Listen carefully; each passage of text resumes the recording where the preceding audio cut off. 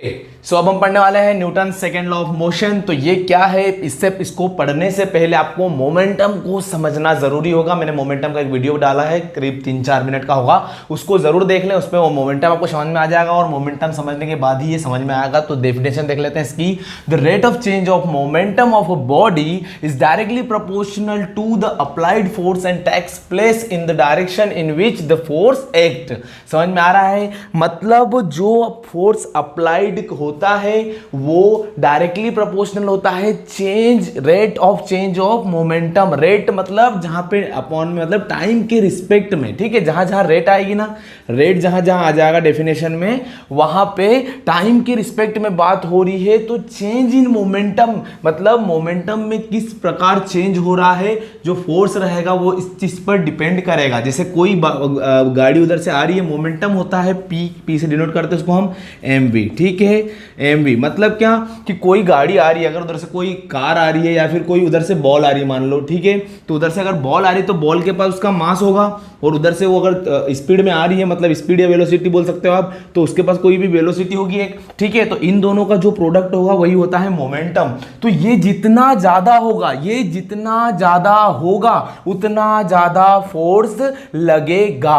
बात समझ में आ गई है? मतलब ये जितने ज्यादा स्पीड जितनी ज्यादा तेजी से चेंज होगी टाइम के रिस्पेक्ट में, टाइम के साथ साथ, उतना ज्यादा फोर्स अप्लाई करना होगा इसको रोकने के लिए। इसको बॉल को रोकने के लिए उतना ज्यादा आपको फोर्स अप्लाई करना होगा। ये बात आपको समझ में आ गई है? तो चलिए अब इसको हम देखते हैं। ये आपको डेफिनेशन समझ में आ गई है कि इसको हम फॉर्मूला बेस्ड इसका फॉर्मूला बनाएंगे अब हम। चलो तो फॉर्मूले की ओर बढ़ते हैं आगे। तो अब हम देखते हैं एक बार अच्छे से।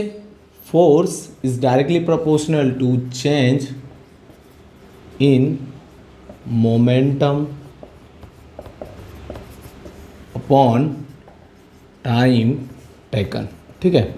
तो देखो एक कार अगर उधर से आ रही है, ठीक है, एक कार है यार, एक कार और बनाते नहीं आती है, ठीक है, ये कार है, ठीक है। तो इनिशियली यहां पे थी, फाइनली मान लो ये यहां पर आ गई है, ठीक है,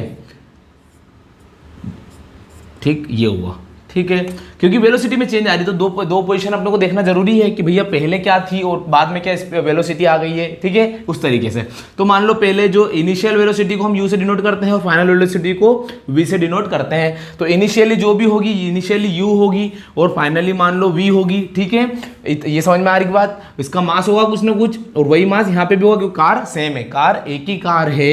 इनिशियली एक स्पीड से चल रही थी और कुछ समय बाद उसकी स्पीड चेंज हुई जो कि v हो गई। इतनी बात आपको क्लियर है, ठीक है। तो अब देखो क्या हो रहा है, मतलब force is equals to change in momentum. तो यहां पे इसका मोमेंटम क्या होगा? mv, मोमेंटम का फॉर्मूला होता है मास इनटू वेलोसिटी। तो इस कार का मास क्या है? m, स्मॉल m, ठीक है, और वेलोसिटी फाइनल वेलोसिटी लेंगे इनटू v, ठीक है। यहां पे इसका मोमेंटम का क्या होगा इस कार का, कि इस कार का मास कितना है? m, small m, car same है तो मास भी सेम होगा, और वेलोसिटी होगी u, कितना होगा? स्मॉल u, ठीक है। तो मोमेंटम दोनों का पता चल गया। बट फाइनल माइनस इनिशियल करते हैं, जब भी चेंज निकालना होगा फाइनल माइनस इनिशियल ही करना है। एक बात ध्यान रखना, चाहे बड़ा कोई भी हो, ये बड़ा है, इसकी वैल्यू न्यूमेरिकल वैल्यू बड़ी है, या इसकी बड़ी है, या इसकी छोटी है, इसकी छोटी है, कुछ भी होगा, हमेशा क्वेश्चन में ध्यान रखना वरना क्वेश्चन गलत हो जाएगा। फाइनल माइनस इनिशियल करना है। तो यहां पे फाइनल ये है, इनिशियल ये है। बात समझ में आ गई है? तो फाइनल माइनस इनिशियल, क्योंकि चेंज इन मोमेंटम, तो चेंज कब पता करते हैं हम? डिफरेंस निकालते दोनों का। तो डिफरेंस चेंज इन मोमेंटम, यहां मोमेंटम हमने देख लिया, इसका ये है, इस mv, और इसका क्या है? mu। समझ में आ गई बात? क्योंकि u इनिशियल वेलोसिटी को ही बोलते हैं हम। चलिए तो ये हो गया। अब करते हैं फाइनल माइनस इनिशियल। तो mv माइनस mu, ठीक है, ये u है, ठीक, ये u अपॉन टाइम टेकन को t से ले लेते हैं, ठीक है, क्लियर। अब यहां पे क्या कर सकते हैं हम? m कॉमन निकाल सकते हैं, हाँ जी निकाल सकते हैं। तो m को कॉमन निकाल लेते हैं, m को हमने कॉमन निकाला, v minus u upon t, ठीक है। और ये हम बहुत अच्छे से पढ़ते आ रहे हैं। अगर ये भी नहीं पता कि इसका मतलब क्या होता है, इसको हमने क्या बोला था, तो इसको आपको मोशन चैप्टर पढ़ने की जरूरत है। पहले आपको एक्सीलरेशन अपने एक्सीलरेशन वो मोशन चैप्टर में आपको मिल जाएगा। तो चलिए इसको देखते हैं, ठीक है। तो इसको बोलते हैं change in velocity upon time. क्या होता है? एक्सीलरेशन। क्या होता है? मास इनटू एक्सीलरेशन। ये हुआ फोर्स को F से डिनोट करते हैं। तो F is equals to M A, ये फॉर्मूला आया हमारे पास। क्या आया?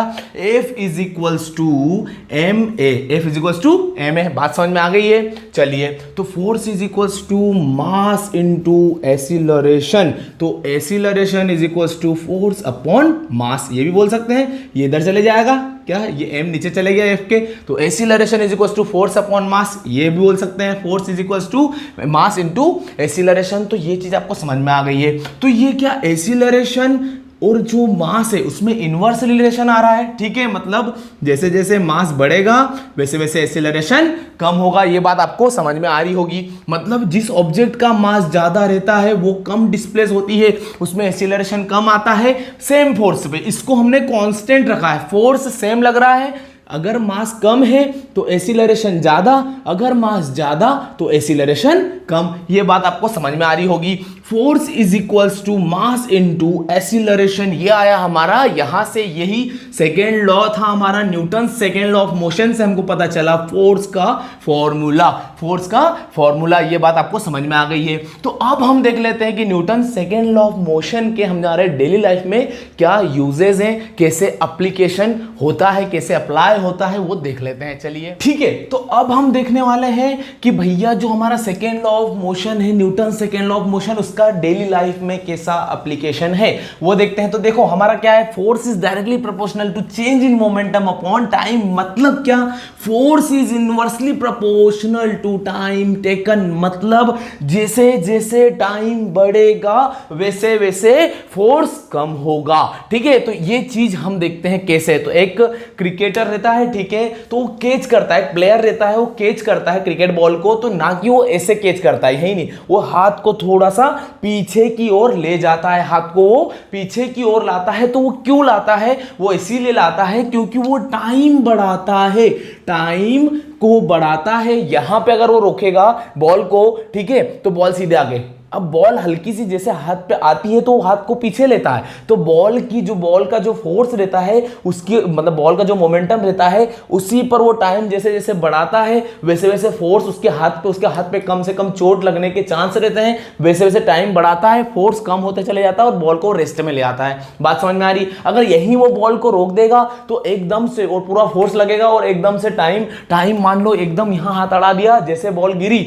और वहीं पे हाथ रखेगा वो, तो ये जो टाइम रहता है वो जीरो हो जाएगा। तो जो फोर्स रहेगा वो 1/0 होता है, 1/0 होता है इंफिनिटी। मतलब फोर्स इंफिनिटी हो गया, मतलब चोट लगने के पूरे चांस हैं और लगेगी ही, इसीलिए वो पीछे हाथ को लाता है। ये फिजिक्स है वहां पर, ठीक है। अब अगला एग्जांपल अगर देखा जाए तो एक जो लॉन्ग जंप करता है, ठीक है, एथलीट जो रहता है वो लॉन्ग जंप करता है। तो लॉन्ग जंप जब करता है तो वो ये यहां से लगाई, ऐसे आ रहा दौड़ते तो यहां से जंप जब लगाई, तो ये जंप लगाने के बाद यहां पे देखो आप, यहां पे रेत का ढेर रहता है, ठीक है, रेत का ढेर रहता है, ना कि हार्ड सरफेस नहीं रहती है। वो डायरेक्ट ये नहीं कि जंप मारने के बाद हार्ड सरफेस पे कूद जाता, नहीं, वो रेत के ढेर पे कूदता है। वो क्यों कूदता है? ताकि रेत का ढेर जो रहता है वो टाइम बढ़ाता है, टाइम को बढ़ाएगा तो फोर्स कम होता है, ठीक है। मान लो कि वो दौड़ते आया, कूदा और डायरेक्ट हार्ड सरफेस है तो एकदम से ठप, उसके बाद वो कहीं मोशन कर पाएगा, बस वहीं पे रुक जाएगा, ठीक है।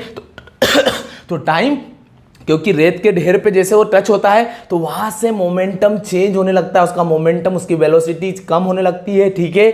बॉडी का मास तो है ही, वो दौड़ रहा है तो बॉडी के पास मास तो है ही और उसके पास वेलोसिटी भी दौड़ रहा है। तो अब जब उसकी जो भी वेलोसिटी और जो भी मास है, ठीक है, तो वो वेलोसिटी में चेंज आता है, वेलोसिटी कम होते चले जाती है, ठीक है, टाइम बढ़ते चले जाता है, ठीक है, वेलोसिटी कम होते चले जाती है, टाइम बढ़ते चले जाता है और फोर्स जो रहता है वो कम होता है। रिजल्टेंट फोर्स जो रहता है, फोर्स मतलब क्या, जो उसको हावी पड़ेगा, जिसको जो फोर्स उसको रोकने के लिए लग रहा है, जो कि ग्राउंड लगाएगा, ठीक है, जिसके कारण उसको चोट लग सकती है, तो वो फोर्स हमको कम से कम रखना पड़ेगा ताकि उसका जो फोर्स कम से कम लगे और वो चोटिल ना हो। तो वही वहां पे भी एक ये मोमेंटम, वही अपना सेकेंड लॉ लगता है, न्यूटन का सेकेंड लॉ लगता है। अब थर्ड केस देख लें, अगर हम थर्ड केस देख लेते हैं हम सीट बेल्ट वाला, ठीक है, जो कार्स में सीट बेल्ट रहता है, तो सीट बेल्ट का काम भी यही है, सीट बेल्ट का काम भी यही है, ठीक है, क्योंकि अगर एक्सीडेंट होता है अचानक तो चेंज इन मोमेंटम होता है, चेंज इन मोमेंटम होता है, ठीक है।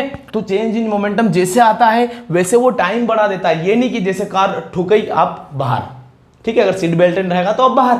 इसलिए आपकी बॉडी, पहली बात तो आपकी बॉडी के पास मास है, कार चल रही है, कार जिस स्पीड से चल रही है, एक बात ध्यान रखना, अगर आप कार में बैठे हो, कार आपकी, इसलिए ये सोच के चलाना, ठीक है, कार को जितनी भी स्पीड में भगा रहे हो आप, मान लो आप 100 किलोमीटर पर आवर की स्पीड से आप कार को चला रहे हो, तो एक बात ध्यान रखना, कार ही 100 किलोमीटर पर आवर की स्पीड से नहीं चल रही है। आप अगर कार के अंदर बैठे हो, आप कार को ड्राइव कर रहे हो, तो आप भी 100 किलोमीटर पर आवर की स्पीड से चल रहे हो, ठीक है। तो आपका मास होगा कुछ भी 55 kg, ठीक है, 55 kg, और इस स्पीड से आप चल रहे हो, तो कर लो मल्टीप्लाई, इसको मीटर पर सेकंड में ले जाना, तो देख लो कितना मोमेंटम है आपकी बॉडी के पास। इतने मोमेंटम के साथ आप चल रहे हो, अगर सीट बेल्ट ना हो और अगर एक्सीडेंट हो जाए, आपकी कार अगर एकदम से रुकने लगे, ठीक है, रुकेगी, एक्सीडेंट होगा तो आप जाओगे सपाट, ठीक है। इसलिए सीट बेल्ट लगाया जाता है, और सीट बेल्ट रबर रहता है, ठीक है। तो रबर क्या करता है, स्ट्रेच होता है, मतलब आपके मोमेंटम को धीरे धीरे धीरे धीरे कम होता है और टाइम को बढ़ाता है। वो क्या करता है, टाइम को बढ़ाता है, जिसके कारण फोर्स कम से कम लगता है, आपको रोकने का, आपकी मोशन को रेजिस्ट करने वाला फोर्स कम से कम लगता है, और आपको चोट लगने के पूरे चांस नहीं होते हैं। फिर भी गाड़ी को स्पीड में ना भगाएं, और अगर भगाने का शौक हो तो सीट बेल्ट जरूर पहन लें। तो ये 3 केसेस हमने देख लिए जो डेली लाइफ में यूज हम करते आ रहे हैं। तो चलिए, ये हुआ हमारा second law of motion, Newton second law of motion. Thank you.